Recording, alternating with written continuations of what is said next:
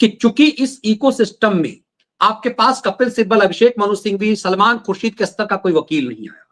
अब 100 वकील यदि सीजीआई के ऊपर प्रेशर डालेगा तो वो भी इंसान है, क्या करेगा वो? अंत में उन्हें कहना पड़ा कि ये याचिकाओं की ऐसी भीड़ क्यों लगाई। ये खबर तो आई ही नहीं थी। ये खबर जब मैंने आज देखी तो मुझे लगा कि ये तो बहुत महत्वपूर्ण खबर है। सुप्रीम कोर्ट ने कहा कि इसे रोकना होगा। ये भारी भरकम अपील दायर करने के लिए वकीलों को लगाई फटकार कि इतना ज्यादा याचिका एक एक चीज में, एक याचिका से हो जाता है 200, 500, 600, इतनी याचिकाएं लाओगे। ये दरअसल जजेस के ऊपर एक प्रेशर डालने के लिए है और यही खेल हुआ।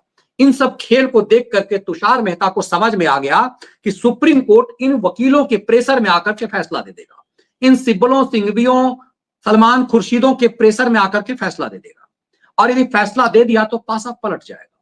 इसीलिए उन्होंने तत्काल स्टे किया।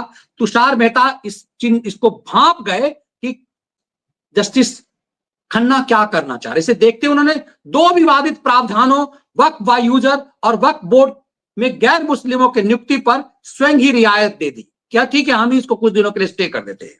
जिस चीज पर सीजीआई ऑर्डर करने वाले थे उस पर तुषार मेहता ने खुद ही कह दिया कि 2 विवादित प्रावधान है, इसको हम खुद ही रोक दे रहे हैं।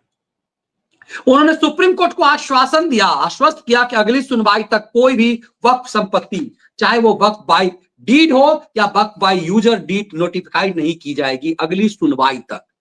और अगली सुनवाई रखी गई 5 मई। 5 मई को जब बेंच बैठेगी तो अगली सुनवाई तक इस पर स्टे है। अब इसकी संभावना है कि 5 मई को तुषार मेहता क्या जजमेंट करा देते हैं, क्या वो स्टे हट जाता है? लेकिन इतना तय है कि ये मामला अब लंबा खिंच गया। 5 तारीख को जब हियरिंग होगी तो अगली सुनवाई 11 तक उनको रिटायर हो जाना है। तुषार मेहता जानते हैं कि कई ऐसे केसेस हैं, कई ऐसे मामले हैं जिस मामले में संजीव खन्ना को जजमेंट देना है। तो 5 तारीख के बाद कई ऐसे फैसले हैं जो संजीव खन्ना को जजमेंट लिखाने हैं, उनके पास वक्त भी नहीं है। तो संजीव खन्ना को भी लग रहा है कि कोर्ट फिक्सरों के इस खेल में फंसने से अच्छा है कि चुपचाप रिटायर हो जाओ, वरना हो सकता है जस्टिस दीपक मिश्रा की तरह उनके ऊपर महाभियोग चला दिया जाए। जस्टिस दीपक मिश्रा जब राम मंदिर पर फैसला देने वाले थे तो उनके ऊपर महाभियोग आ गया। जस्टिस रंजन गोगोई जब इस मामले की सुनवाई करने लगे तो उनके ऊपर सेक्सुअल हरासमेंट का मामला आ गया। ये दोनों काम सुप्रीम कोर्ट के इतिहास में कभी नहीं हुआ था।